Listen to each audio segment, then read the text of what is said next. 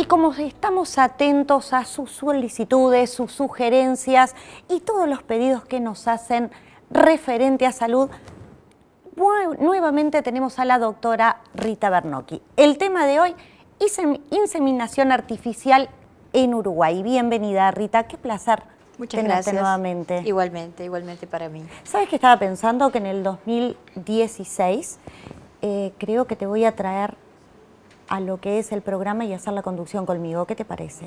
Wow.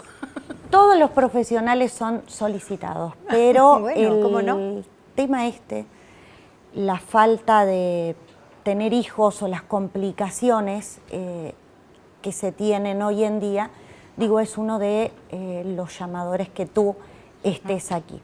Si hablamos de inseminación, ¿de Exacto. qué estamos hablando? La inseminación es la colocación de espermatozoides capacitados dentro del tracto genital femenino con fines procreativos. Es una técnica de reproducción asistida de baja complejidad, porque en el laboratorio trabajamos solamente con los espermatozoides. La fertilización se produce in vivo, dentro de la paciente. Ese es su laboratorio, es su útero, sus trompas y su pelvis. O sea que es una técnica de reproducción asistida de baja complejidad.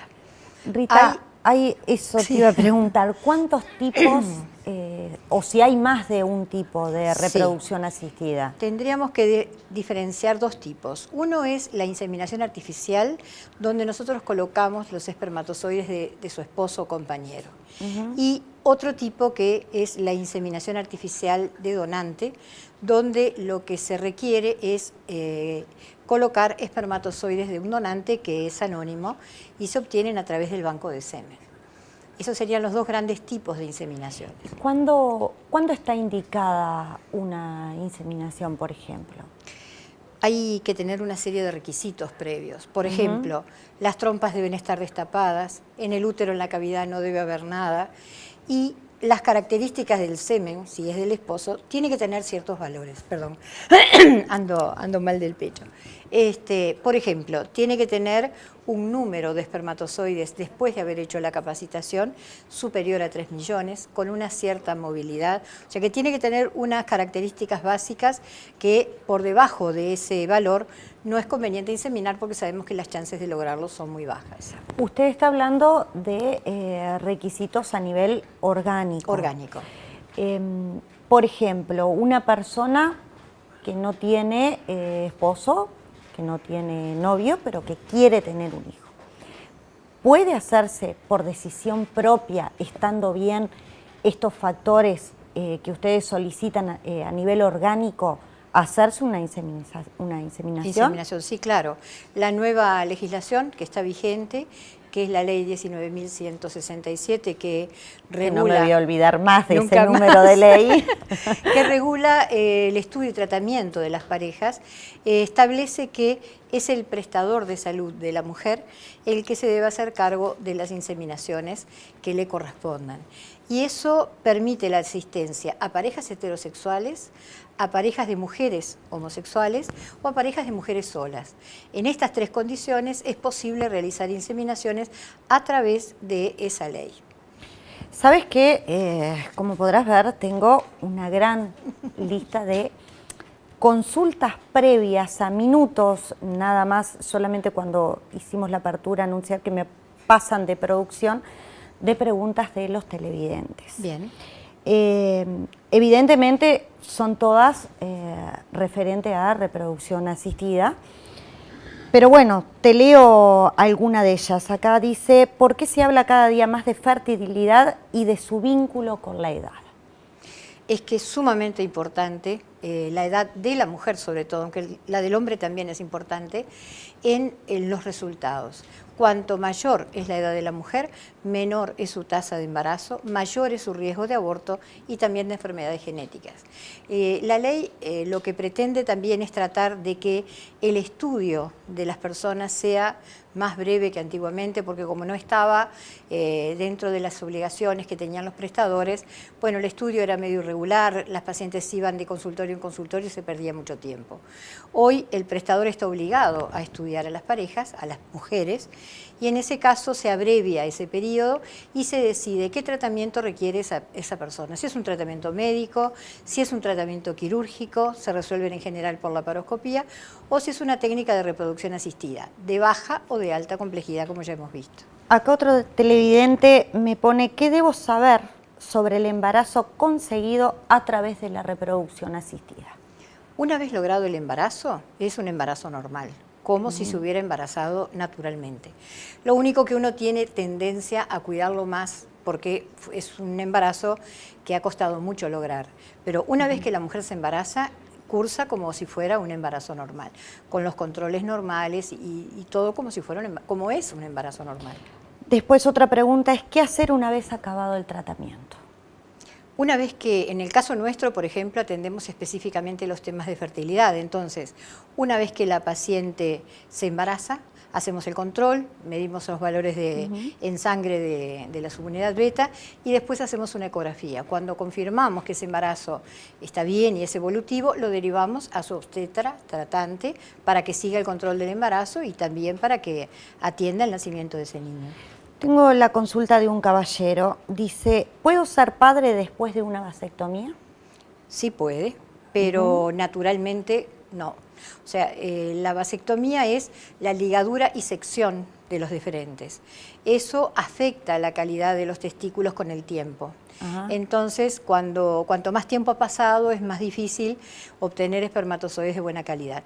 Sí puede ser padre, pero a través de, por ejemplo, una fertilización in vitro con una biopsia testicular, y en ese caso, una vez que se sacan los óvulos, se fertilizan con esos espermatozoides obtenidos por la biopsia y se puede lograr la paternidad. O sea que en este caso se pueden utilizar los espermatozoides propios. Pero no para inseminación, porque requiere un cierto valor mínimo. Pueden sí ser usados para una fertilización in vitro. Otra de las preguntas es, ¿cómo prepararme para mi tratamiento? Es muy interesante esa pregunta. Lo que nosotros siempre le pedimos a los dos, pero sobre todo a la mujer, es que tiene que estar tranquila para hacerse el tratamiento, ¿verdad? Muchas veces nosotros vemos que viene la paciente, que se va al trabajo, que vuelve, que anda corriendo y le hacemos la ecografía y la andamos persiguiendo. Es muy importante el factor psicológico en estos tratamientos. Una paciente que está calmada seguramente va a tener mejores resultados que aquella que anda corriendo por todos lados.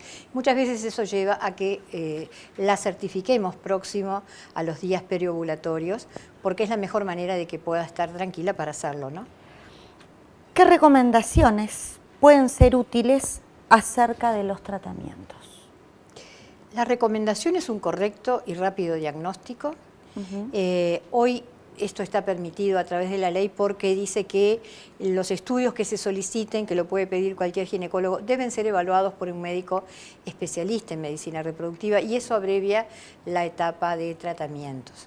La ley es clara también que, por ejemplo, con los tratamientos que no lo dijimos, de baja complejidad, establece unos copagos especiales que han sido un poco elevados, porque, por ejemplo, la primera inseminación, la paciente tiene que llevar una orden a la mutualista que dice primera inseminación y es autorizada por dirección técnica y tiene que pagar un ticket.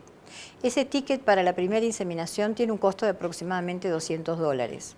Si no se embaraza, el segundo intento tiene un costo de $550. O sea, es al revés. Es sube. más caro, claro. Y el tercer intento es de 800. O sea que son valores altos, siendo que en las mejores condiciones, en una paciente joven, con una calidad de semen que no es mala, estamos hablando que las tasas de embarazo son un 25%. Esto me lleva a preguntarte qué pasa con las personas que no tengan ese dinero, que no tengan $200 o 500. La única condición para que no tenga costo son los pacientes de ACE. Los pacientes de ACE no tienen costo en los tratamientos, pero a nivel del mutualismo tienen esos costos. Es complejo. Es muy complejo, la verdad que sí. Después dice, ¿qué tipo Inclusive, perdón, los costos ya de la segunda, y ni hablar de la tercera, son más caros que los particulares. El tratamiento, si se lo hace en particular, es más barato que a nivel mutual. Claro. Imagino que se debe estar trabajando sobre eso, ¿no? Y esperemos que sí. Recién este año es el primer año de revisión, no se ha revisado aún la ley, solamente la parte del Fondo Nacional de Recursos que estamos tratando de ver cómo se puede mejorar algunas cosas que no han quedado correctas. Pero bueno, es una ley que para arrancar no está mal, es una buena ley. Bueno, de todas maneras, digo, si bien el monto es elevado, tampoco es un monto que es imposible. Claro. Y el problema es que a veces, esfuerzo... yo creo que el concepto del legislador cuando se originó, fíjate que fue Hugo Batalla el que empezó con esto hace muchísimos años, después estuvo el doctor Cid, o sea, el objetivo de la legislación era hacer llegar a la población los tratamientos, y en ese momento se planteaba que no fueran a tener costo. En este caso se le da opciones de varios intentos, pero con costo. Digo, claro, tal vez una propuesta podría llegar a ser decir, bueno, menos intentos, pero que no tenga costo para el paciente, porque a veces hay gente que no puede acceder a esos costos, aunque no parecen tan excesivos en relación a la fertilización in vitro, pero para muchos trabajadores se les hace difícil, ¿no?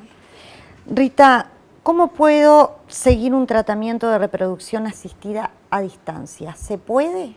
Sí, claro. Nosotros trabajamos mucho con pacientes a distancia porque... Ustedes tienen el centro acá en Montevideo y en Salto. En Salto. Y sí, también atienden en Colonia. En Colonia y en Maldonado. Y en Maldonado.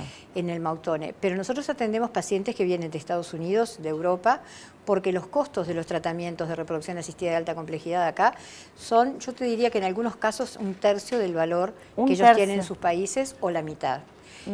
Muchas veces son pacientes que son uruguayos y se han ido, a otras veces también son pacientes que tienen algún vínculo con algún uruguayo y por eso vienen.